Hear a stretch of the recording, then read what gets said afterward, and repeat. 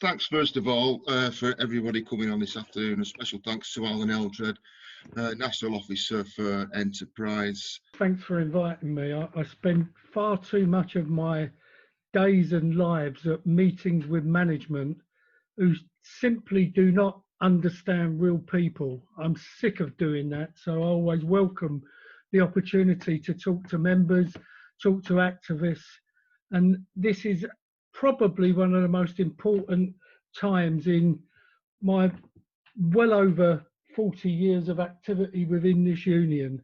Some people say I've been here too long. I say I've been here not long enough when things like this are going on. And it'll come as no surprise to you when I say that BT has changed. You see that day in, day out. And these changes have come to the point now where the main point of this campaign is we must change too if we are to defend ourselves against these management attacks. And by management, I don't mean the first line managers that you see day in, day out, or you used to see before the pandemic. I don't mean them. They're in the same position as us. They're treated in the same way as us. Some of them nod too often when they're confronted with orders from management, but we understand the position that they're in. The importance of this campaign is that the senior management are now taking on this union, but far more important than that, they are taking you on. It's you that is under attack. Now, all of these, the attack started in Enterprise a year ago. We were the first in line. And over the course of that year, 580 people have left BT Enterprise. The vast majority of those have left the company, and some of them against their will. It started in Enterprise. Now they've moved on to technology, group functions, and parts of global, which I'm also responsible for, where we've had the tragedy of 5 people being surplus to current requirements, and they're surplus because they've offshored their jobs outside to India and Hungary, and they're surplus and they want to make them redundant. It's just got to stop. Grading across the piece in BT is under attack. And it can't, their approach to this is they see a grade of a job, they tell us they need to do a grading evaluation and then downgrade the job by 2 grades. All of this is happening before the ironically called Better Workplace programme even kicks in.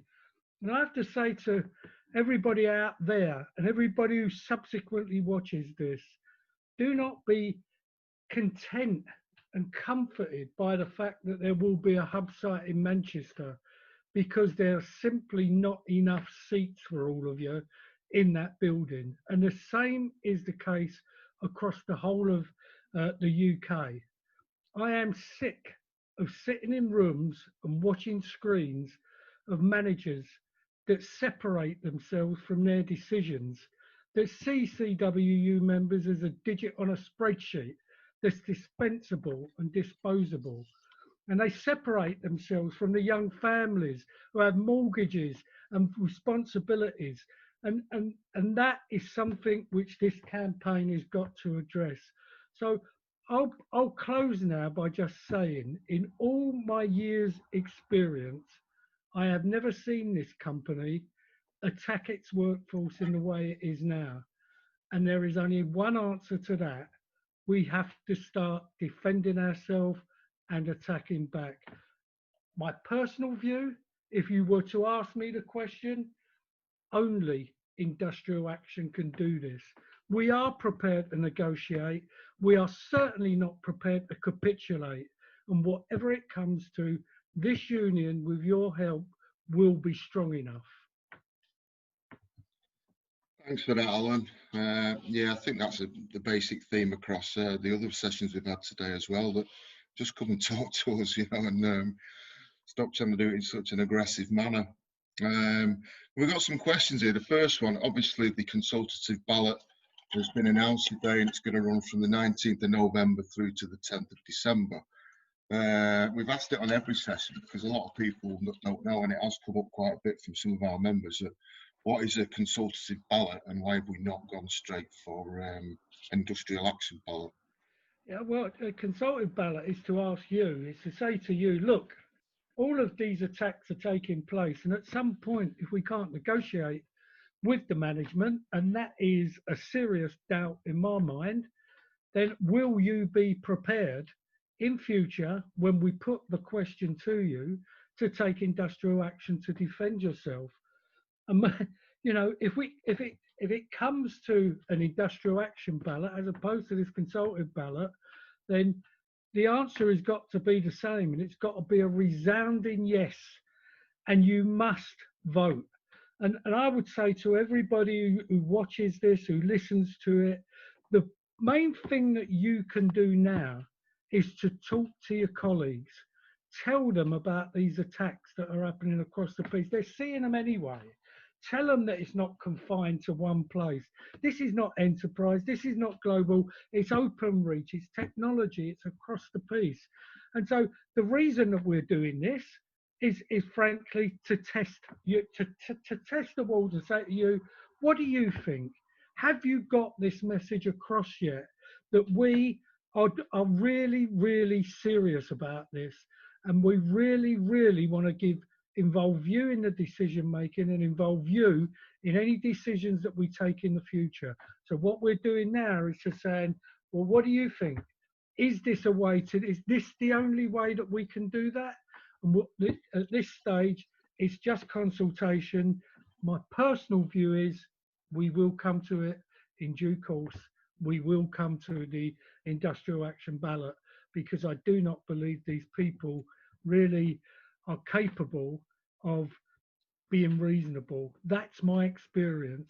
I'm confident that we have negotiators at every level of this union that can out negotiate and can argue more objectively than any BT manager that I've come across.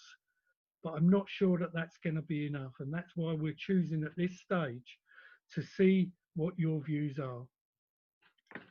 I think that kind of answers the next question, Alan. That what can I do as a member in enterprise to help with the campaign?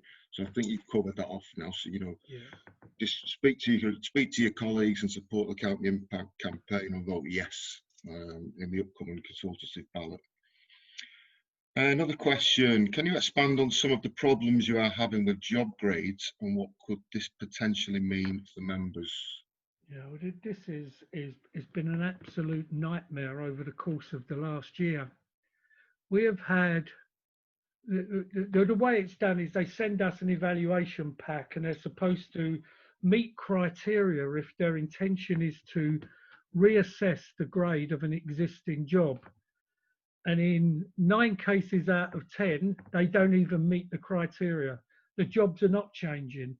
There are a significant number of jobs within Manchester that we've had packs for, all higher graded roles, and the management packs come to us. We tell them what's wrong with the packs because they're never fit for purpose. They never have the right things in where you can objectively assess grading. And then they come back and say, well, actually, we're downgrading this by 2 grades. It's just a standard approach of them. And it's happening right across the piece. We're not the only ones within enterprise. It's just that because of the very nature of enterprise, we're probably the 3rd largest unit within BT. In open reach and consumer units, there are less roles in them because they're volume based.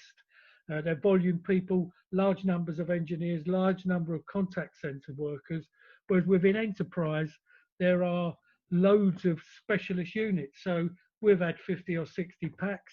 Very, very few of them passed the criteria test, and management's approach to them is to downgrade the grades. It's not happened yet, because after they've done that, they have to set a benchmark for new recruits, for the pay of new recruits coming in, which is obviously going to be lower than current terms and conditions.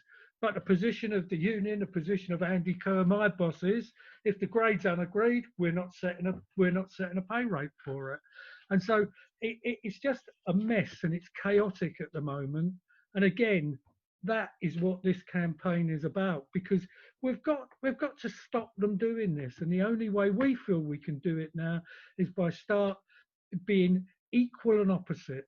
When we've got a militant management, we have to have a militant union as well. That's my position, and I hope that answers the question. No, absolutely. Thanks for that, Alan.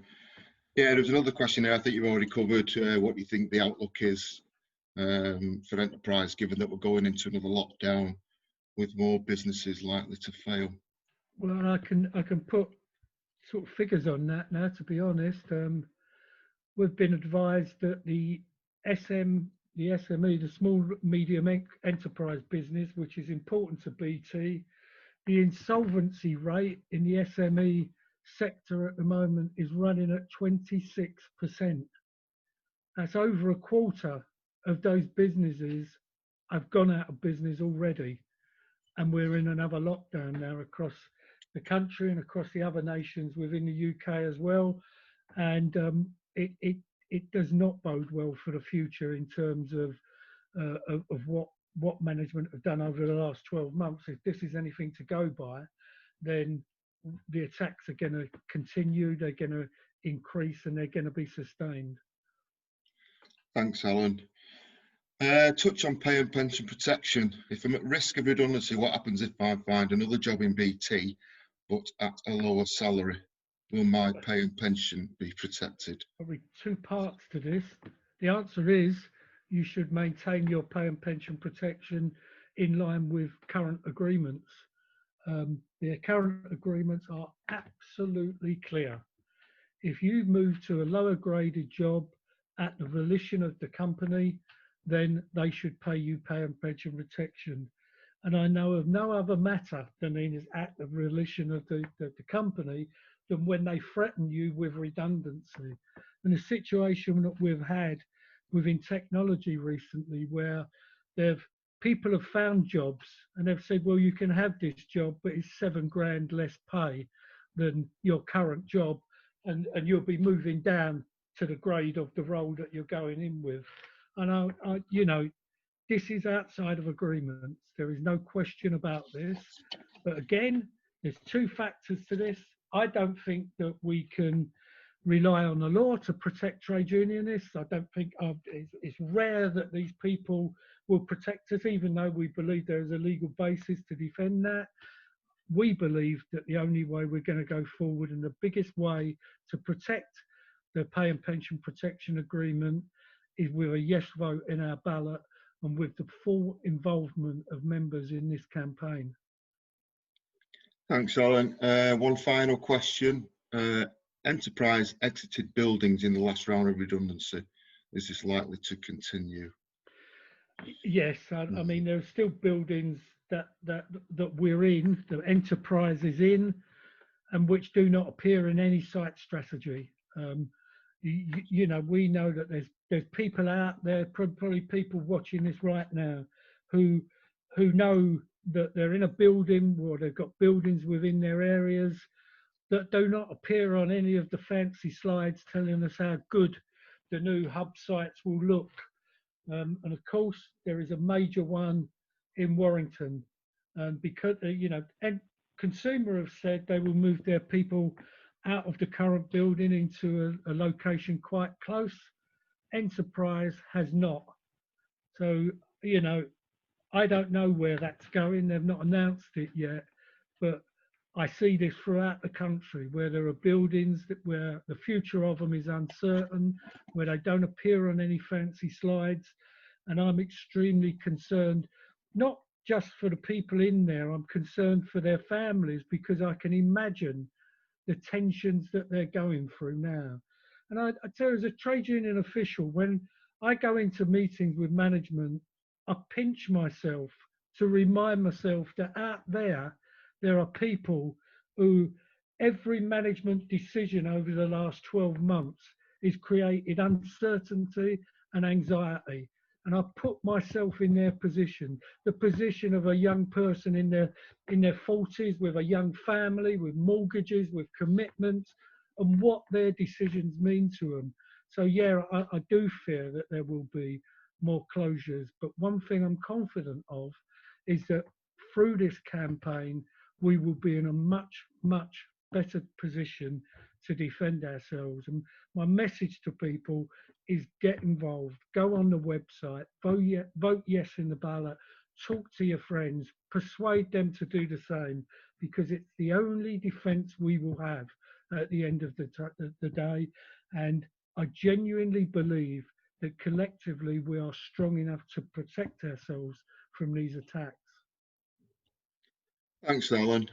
Right, I've got no more questions. Just check if there's any in the chat box. No, there's nothing in the chat box. Have you finished now, Alan, or do you want to summarise in any way? I think you've pretty much covered everything off, haven't you? I think I have. I mean, I don't want to. The problem with talking to screens is, you know, when you're in a room with people, you can see their eyes wander when you're boring them, but you can't see that on screen. So I'll give up why I think I'm doing okay. No, I do. I think that was excellent, that, Alan. Thank you very much for coming on. For me, I think, like I said at the beginning, what is clear is the message is getting over there now. You know, it's the 5th of November today. You know, let's all start lighting the fireworks. I said on an earlier one about, you know, it's not just enterprise. You know, we across all lines of business, it's grading, redundancies, the pensions attack, terms and conditions, site strategy, offshoring of work, and you know, you look, and all our members are affected by it in some way or other. And I know the branches have been doing some excellent work in the regions and getting the message across and getting everybody on board. So it is important that the CWU family stick together on this one.